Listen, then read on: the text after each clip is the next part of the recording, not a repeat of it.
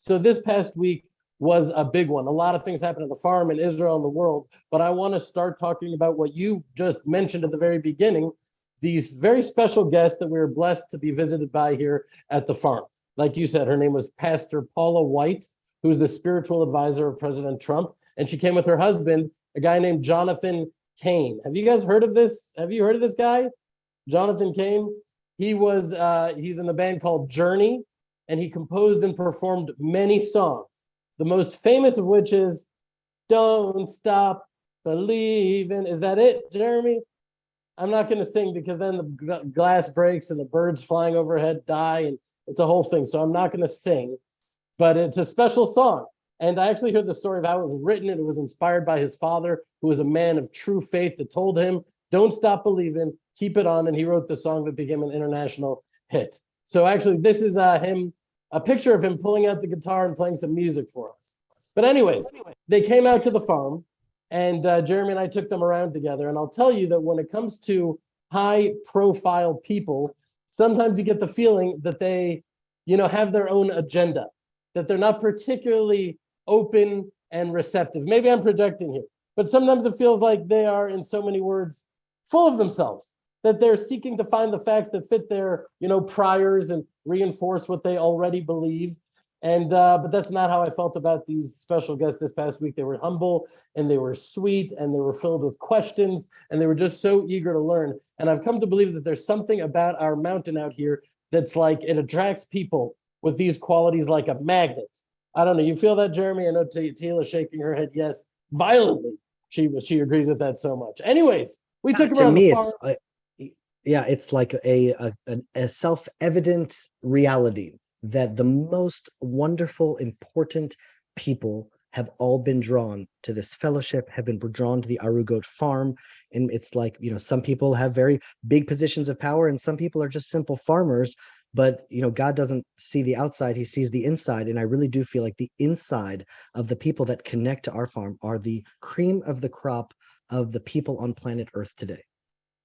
Anyways, yeah, so we took them around the farm, and they learned about us, and we learned about them, and we shared our vision for what we're trying to accomplish in the world, really without ulterior motives, without agendas. It's not like, we are trying to accomplish this, that, and the other thing. And it's important for me to say that, because I think that the agendas to change each other can often go both ways. Yes, Christians are often suspect of seeking to evangelize Jews and convert them to Christianity, and justifiably so, right? Because from what I understand, for many Christians, that is a fundamental tenet of Christianity. And many have told me that, in so many words, Christianity without missionizing impulse is not really Christianity at all. But it's important to also say that Jews are not immune from this impulse either, to try to change the other. Many Jews are on their own quest to either, sort of get Christians to keep the Noahide laws, or even just get Christians to stop seeking to convert Jews to Christianity. And, I do empathize with that perspective, having spent many years of my life with a mixture of those two desires, if I'm going to be honest. But, the longer we're out here, I've started to feel more and more that if I go into an encounter with someone with a goal of changing that person to absolutely anything, rather than just accepting them for who they are at that very moment, well, then in many ways, I'm cut from the very same cloth as the very missionary that's trying to convert me. Does that make any sense? Yeah, I realize I'm dancing in a minefield here, which I feel like I've been doing a lot lately on the fellowship. Unfortunately, it's all of us together, and you guys forgive me if I'm, going off here. But just let me be clear. It is against the law in Israel to missionize Jews. And I understand that law, and I think it should be enforced, because after thousands of years at the mercy of missionaries who often sought our conversion on pain of death, we shouldn't have to endure the same predations in our own land. But I do believe that the most effective way for people to change is not through coercive legislation, right? Because, as they say, whatever you resist persists. I've come to believe that the best way to change people is not by seeking to change them at all, rather by simply being ourselves and letting Hashem's truth speak to the heart. let's be ourselves. Let's not try to go out and I know that it may sound confusing what I'm really saying here, but it's really quite simple. If they're trying to change me and I am trying to change them into people that are no longer trying to change me, then in the end of the day, we're entering into this relationship, this encounter, each of us trying to change the other.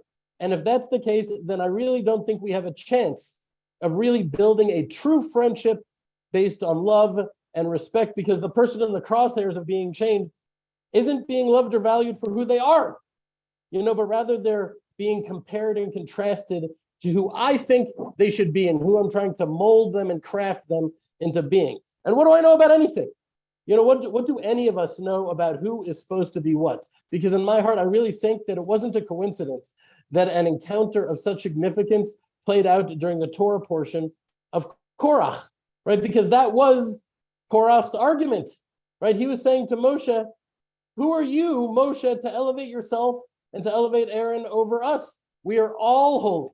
We should all be essentially the same, right? But that is not what Hashem wants. If Hashem wanted us to all be identical, then we wouldn't have been made of so many different pieces and so many different ingredients. He wouldn't have divided the nation of Israel into tribes, each with our own strengths and our own contributions to the greater whole. He wouldn't have created different nations, each with their own unique characteristics and talents. He wouldn't have created mankind as different as we all are around the world. We would have been identical clones of each other with no differences and no distortions and no variations. And in many ways, I think that is the greatest tragedy of the human story throughout history.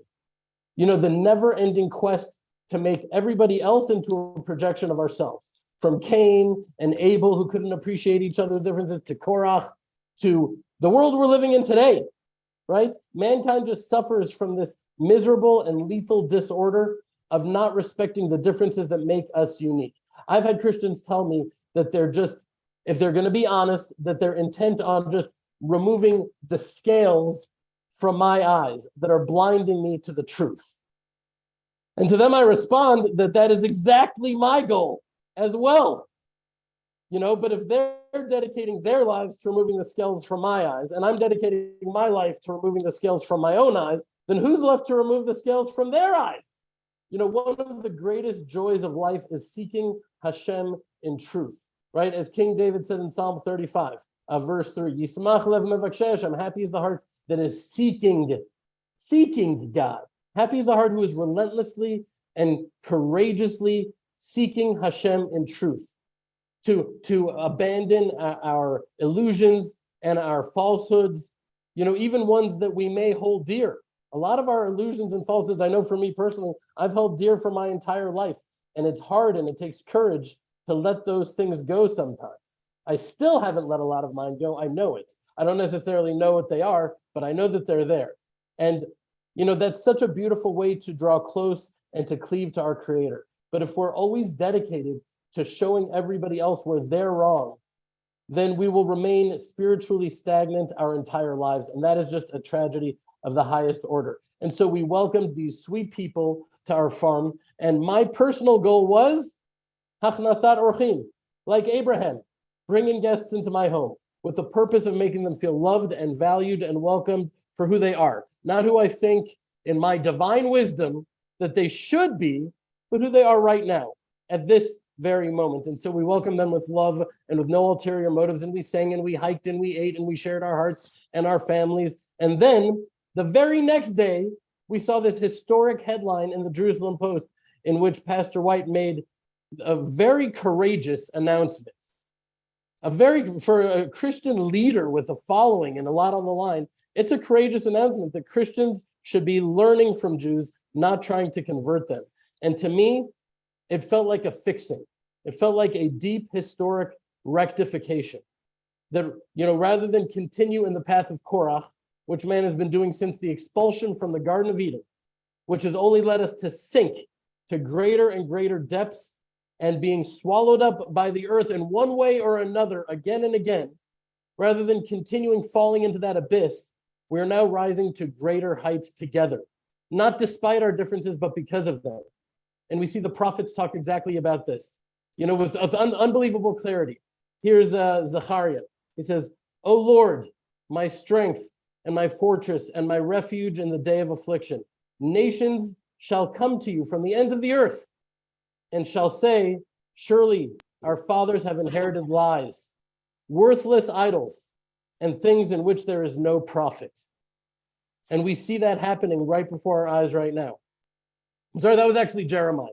Forgive me. And Zechariah, he says, "And many people and strong nations shall come to seek the Lord of hosts in Jerusalem to pray before the Lord. Thus says Hashem, Lord of hosts, in those days it shall come to pass that 10 men from the nations of every language shall take hold of the robe of a Jew, of the tzitzit of a Jew, saying, we will go with you, for we have heard that God is with you." And this is all happening just real time at our farm. So I want to bless us, my friends, that we continue in the mission of this fellowship, right? By coming together with hearts of humility and love, and recognize that Hashem made us different because he wants us to be different. And the only way to bring about the change the world needs for redemption is by looking deep within ourselves and changing ourselves. And may the love and humility of all of you, the holy people in this fellowship, who I so love and admire and respect, who I owe so much to, may you all continue to be a spark that ignites the flames in the hearts of all of mankind, bringing about the redemption for which we have all been yearning.